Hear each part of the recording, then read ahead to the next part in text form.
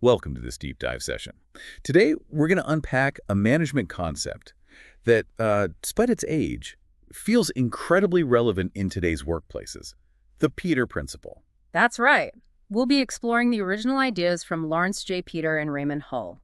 They first brought this principle to light back in 1960 and then really formalized it in their 1969 book, The Peter Principle. And that book wasn't just some academic text, was it? It hit #1 on the nonfiction bestseller lists. Clearly struck a chord. It absolutely did. It's been studied across so many different fields since then. The core idea is pretty striking. Which is? Essentially, Peter and Hull propose that in a hierarchy, every employee tends to rise to their level of incompetence. Think about that for a second. Doesn't it ring a bell?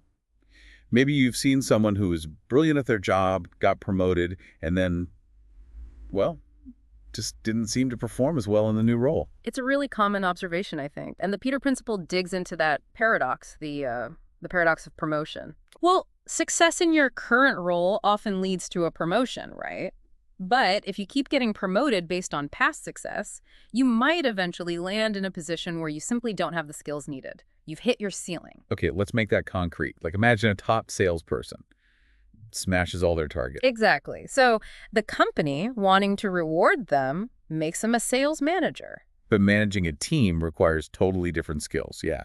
Leadership, coaching, admin. Precisely. Skills our star salesperson might not have or even want to develop. And the result, often mediocre performance in that management role. And it's interesting what companies sometimes do then. Peter talks about this, right? He does. Instead of addressing the skills gap or maybe the person's reluctance, sometimes the company just throws more money or better benefits at the problem. Assuming that'll fix it. Kind of, but it doesn't tackle the root cause. The person might just not be suited for that specific job, despite being great before. So why does this happen? Why do organizations make this mistake? What did Peter identify as the main reasons? Peter pointed to a few key things. One is just the urgency sometimes. Needing to fill a vacant spot quickly. So speed over analysis. Sometimes, yes. The need to fill the role can overshadow a really thorough assessment of whether the candidate has the right skills for that new job.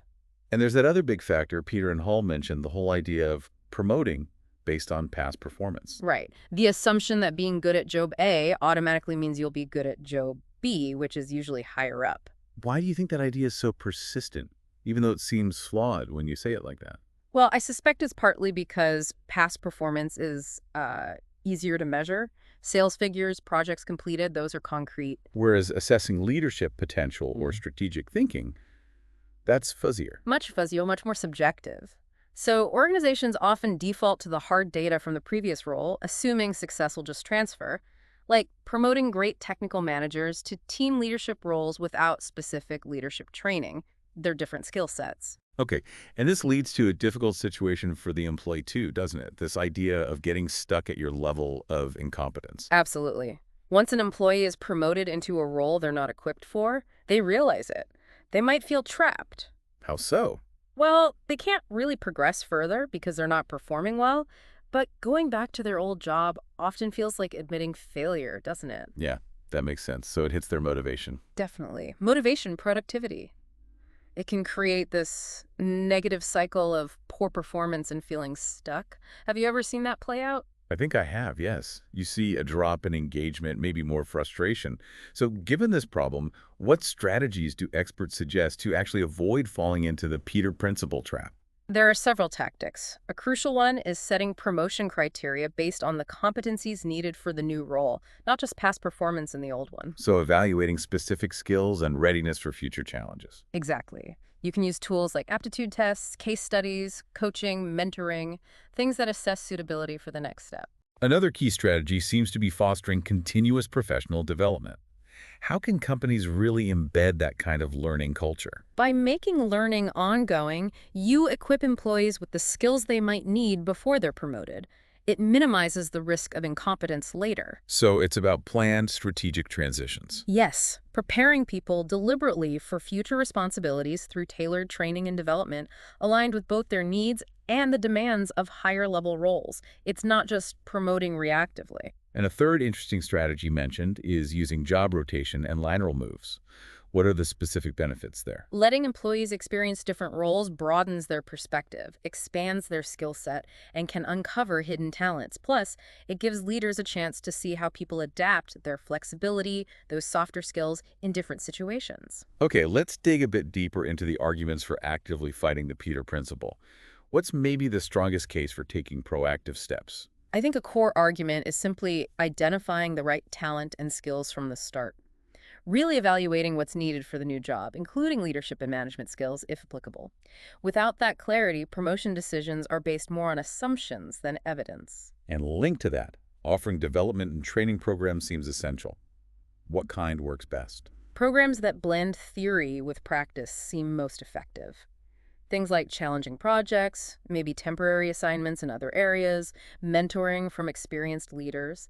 The key is applying the learning and getting feedback. Regular performance reviews are mentioned too, as a preventative measure. How can they help avoid this? Good reviews should go beyond just reading past performance. They should focus on identifying areas for improvement, potential for growth, and discussing the employee's career aspirations and the skills needed to get there. It's about development, not just judgment. And let's not forget encouraging role rotation. How can that be done strategically? Strategic rotation means identifying roles where cross-functional experience adds value, and then giving employees supported opportunities to take on those roles temporarily. It builds broader skills and gives the organization a better view of their capabilities. Clear goals and support are key. Finally, creating an environment that values learning and open communication seems crucial. What's the role of leaders here? Leaders are fundamental. They need to model continuous learning themselves, encourage their teams to acquire new skills, and crucially, create a safe space for honest feedback. If people feel comfortable admitting they're struggling or need help, you can catch potential incompetence issues much earlier. Now, the Peter Principle also spawned this term, hierarchiology. What exactly is that? Is it like a formal field or more of a satirical observation? Hierarchiology, as Peter framed it, is essentially the study of hierarchies. It definitely has a satirical edge, but it's grounded in observations of how people behave in these structures.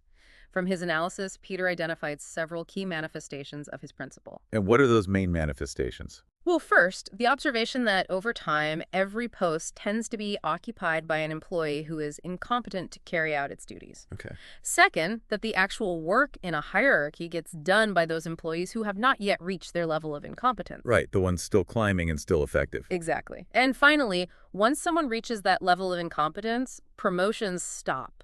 They achieve final placement in a job they can't do well. These aren't iron laws, more like observed tendencies.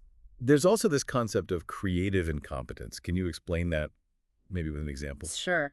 Creative incompetence is this, often subconscious, strategy where an employee might deliberately appear incompetent at certain tasks they dislike, precisely to avoid being promoted into a role where they fear they'd really be incompetent. Ah, I see. Like Okay. maybe a really skilled technician who hates managing people might consistently mess up administrative tasks to avoid being considered for a supervisor role. They're competent technically, but creatively incompetent at the stuff that leads to the promotion they don't want. Interesting. And there are other related terms like hypersemiophobia and laughing inertia. What do they tell us? Hypersemiophobia, quite a mouthful, describes the fear some superiors might have of their subordinates' talent, the fear of being overshadowed. This can lead to them holding back capable employees. Okay. And laughing inertia. That refers to the tendency some incompetent people have to use humor, tell jokes, basically deflect when faced with their inability to do their job or make tough decisions. It's a coping mechanism, really. And sort of related, but more purely satirical, is the Dilbert Principle, right? Exactly. Popularized by the comic strip, the Dilbert Principle suggests humorously that the most incompetent people are deliberately promoted to management roles, usually ones with little real impact, just to get them out of the way of productive work. It's a critique of valuing appearances over actual competence. It's fascinating stuff. But has the Peter Principle actually been studied empirically? Is there hard data? Yes, there has been research. One quite significant study looked at sales data from over 200 companies, covering thousands of workers and promotions. And what did they find? They found that when top-performing salespeople were promoted to become sales managers, the performance of the teams they then led actually decreased by about 6% on average. Wow. So that really does suggest that competence in one role doesn't automatically translate to competence in a leadership role. It strongly supports the core idea, yes. It provides some quantitative evidence backing up Peter's observations. So, given this evidence, what concrete solutions have been proposed from an organizational perspective to try and lessen the impact of the Peter Principle? Several approaches have come out of the research and practice. One is simply to reward good performance with better pay, bonuses, or other tangible benefits, rather than automatically defaulting to promotion. Recognize their value in their current role. So, decouple reward from hierarchy climbing.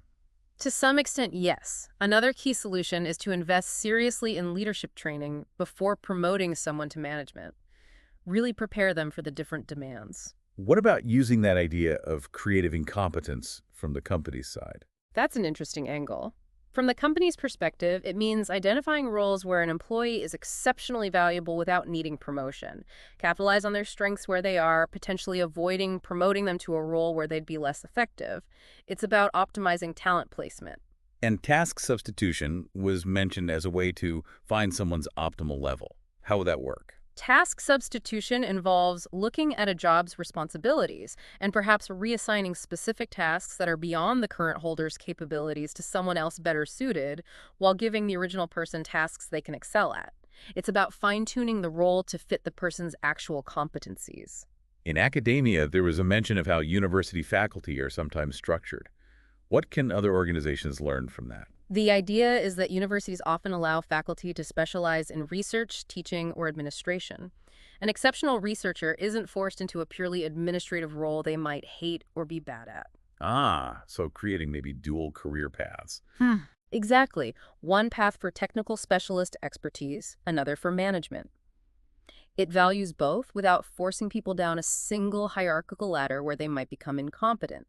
Other organizations could adapt this idea. And finally, the importance of infusing new blood into the hierarchy. Why is that considered crucial? Bringing in new people at various levels, fresh perspectives, different skills, new knowledge is seen as vital for keeping an organization dynamic, innovative, and adaptable. It helps prevent stagnation and the potential buildup of people stuck at their level of incompetence. So, to wrap up, we've taken a really deep dive into the Peter Principle, looking at its origins, the reasons behind it, its various, sometimes quirky manifestations, and importantly, the strategies that both individuals and organizations can use to mitigate its effects. Yeah, and I think it really underscores the importance of self-awareness for individuals and rigorous competency assessment for companies. Understanding this principle can genuinely lead to better, more strategic decisions about careers and talent management. Absolutely. So as we finish, here's something for you listening to reflect on. What concrete implications do you see the Peter Principle having in your own career path, or perhaps in organizations you know well? And how might some of the strategies we discussed actually be applied to minimize its negative effects in those specific contexts? And we'd certainly encourage you to explore hierarchyology and Lawrence J. Peters' original work further. His ideas, though decades old, remain a really valuable lens for understanding the complexities of modern workplaces.